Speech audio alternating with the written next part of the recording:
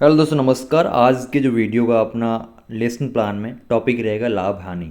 लाभ हानि पर आप किस प्रकार से जो लेसन प्लान है दैनिक पाठ योजना का है, lesson plan, criticism lesson, final lesson, जिसमें भी आप बना रहे हैं, कुल मिला के पाठ योजना किस प्रकार से आप तैयार कर सकते हो उसके बारे में कंप्लीट डिटेल से बात करने वाले। तो बने रहे वीडियो के लास्ट तक।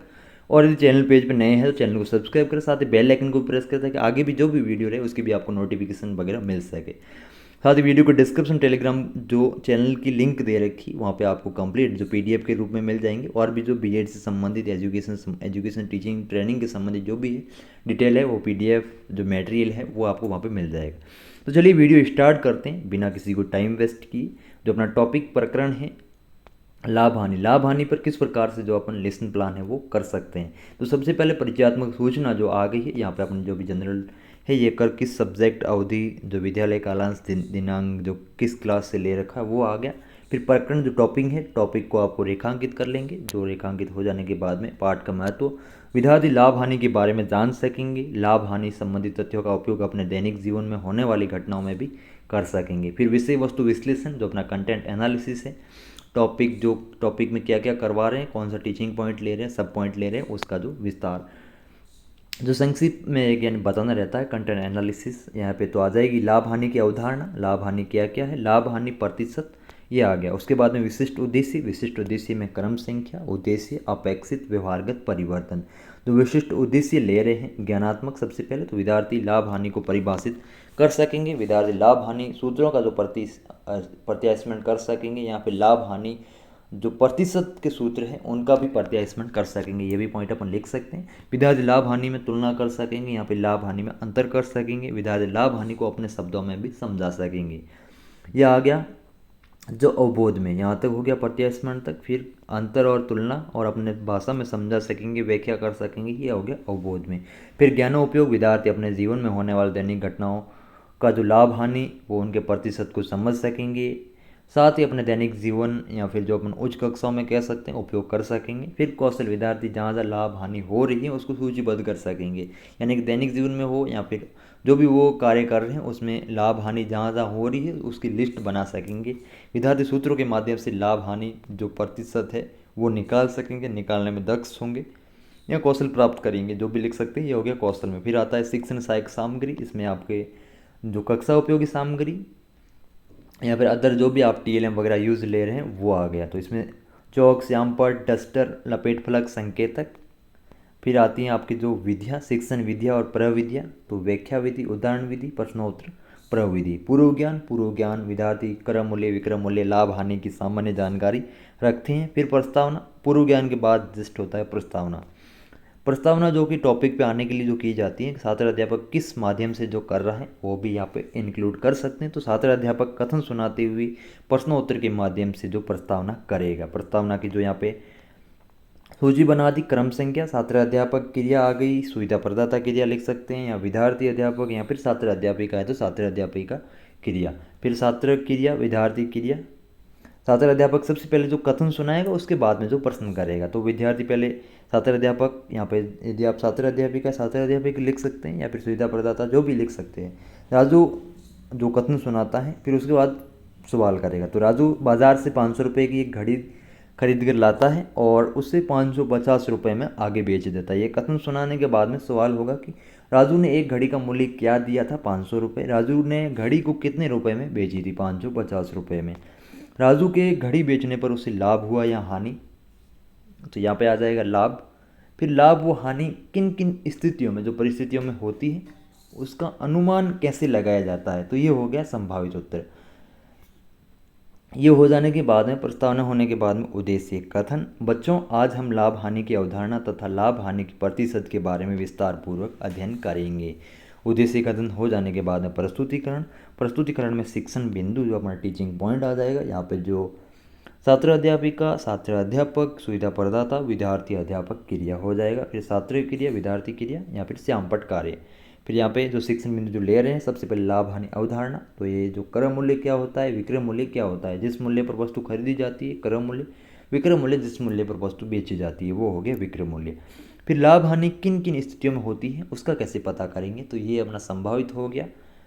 फिर स्पष्टीकरण होगा। स्पष्टीकरण में जो जिस मूल्य पर वस्तु खरीदी जाती है उसे क्रय मूल्य कहते हैं, जिस मूल्य पर वस्तु बेची जाती है उसे विक्रय मूल्य कहते हैं। लाभ हानि की स्थितियाँ क्या क्या हो सकती है। लाभ कब होगा, जब विक्रय मूल्य क्रय मूल्य से अधिक हो तो ऐसी स्थिति में लाभ होता है। यदि विक्रय मूल्य अधिक है तो लाभ होगा। और यदि फिर इसका सूत्र हो जाएगा कि लाभ निकालने का सूत्र क्या होगा, तो विक्रय मूल्य माइनस क्रय मूल्य। ये भी आप श्याम पर जो ब्लैक बोर्ड पर जो कार्य कर रहे हैं वो यहाँ पर इस साइड लिखना रहेगा। फिर आ जाता है हानि। हानि कब होती है, तो क्रय मूल्य विक्रय मूल्य से अधिक हो। यदि यानी कि विक्रय मूल्य कम है, कम मूल्य पे जिस मूल्य पे खरीदी है उससे कम में बेच रहे हैं, तो वो वहाँ पे होती है हानि। तो हानि निकालने का फिर सूत्र आ जाएगा क्रय मूल्य माइनस विक्रय मूल्य। ये सूत्र हो गया, विद्यार्थी अपने उत्तर पुस्तिका में लिखेंगे। और श्यामपट्ट कार्य में जो श्यामपट्ट कार्य कर रहे हैं ये हो गया। फिर आता है लाभ प्रतिशत। लाभ प्रतिशत फिर चर्चा के प्रश्न या फिर विकासात्मक प्रश्न भी इसे कह सकते हैं। आप बता देंगे कि लाभ किस स्थिति में होता है, तो जब विक्रय मूल्य क्रय मूल्य से अधिक हो।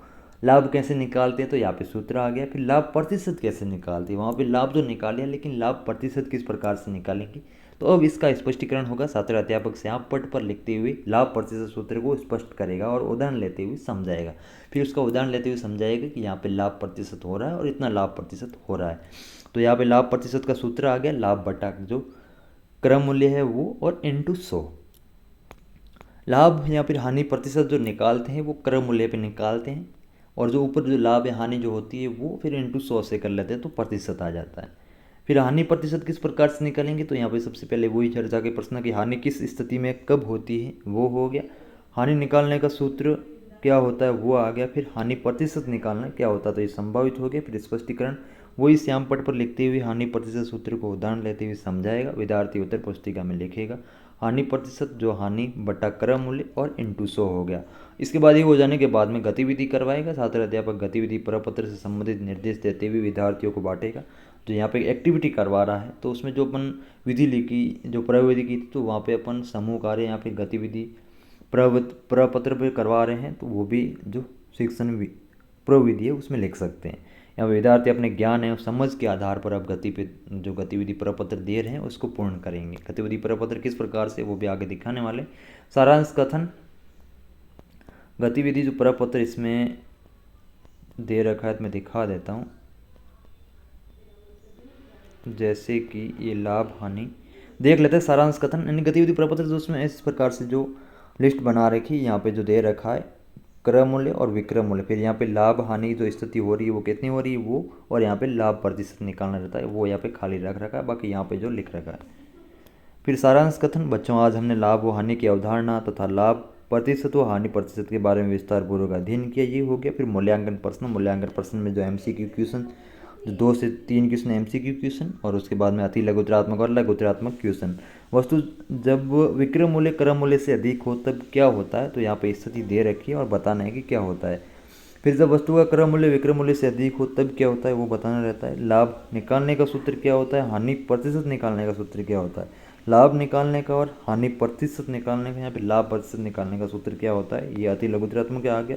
फिर एक क्वेश्चन दे दिया कि यदि रमेश किसी वस्तु को 700 रुपये में खरीद कर 850 रुपये में बेचता है तो लाभ या हानि को समझाइए, ये हो गया। फिर गृह कार्य में एक बड़ा क्वेश्चन दे दिया कि एक व्यापारी को अपने व्यापार में कुल लाभ व हानि ज्ञात कीजिए कितनी हो रही है, यदि क्रय मूल्य ये है और विक्रय मूल्य ये है। फिर इसी प्रकार से सोन एक बाइक को 50,000 में खरीदता है और बाइक की सर्विस करवाने के लिए 10,000 खर्च हो जाते हैं। अब वो उस बाइक को 60,000 यानी कि 67,000 रुपये में बेचता है, उससे होने वाला लाभ या हानि को ज्ञात कीजिए। फिर संदर्भ कहाँ से जो ले रखा है NCERT पाठ्य पुस्तक कक्षा 8 का अध्याय जो आपकी राशियों की तुलना हो गया।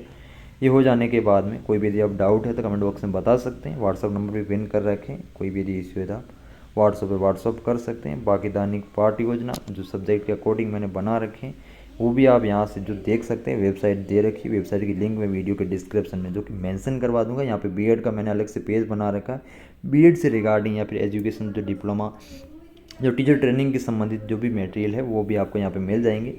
और पाठ्य योजना बना रखी है, सब्जेक्ट के अकॉर्डिंग भी यहाँ पे मिल जाएंगे। और जो अपने अदर जो भी एक्टिविटी होती है जो लेसन प्लान के अलावा जो भी स्किल सिमुलेशन जो सेशनल है, फाइनल लेसन, इंटर्नशिप जो भी एक्टिविटी है वो भी यहाँ पे आपको कंप्लीट जो डिटेल्स मिल जाएगी। बाकी कोई भी डाउट है तो कमेंट बॉक्स में बता सकते हैं।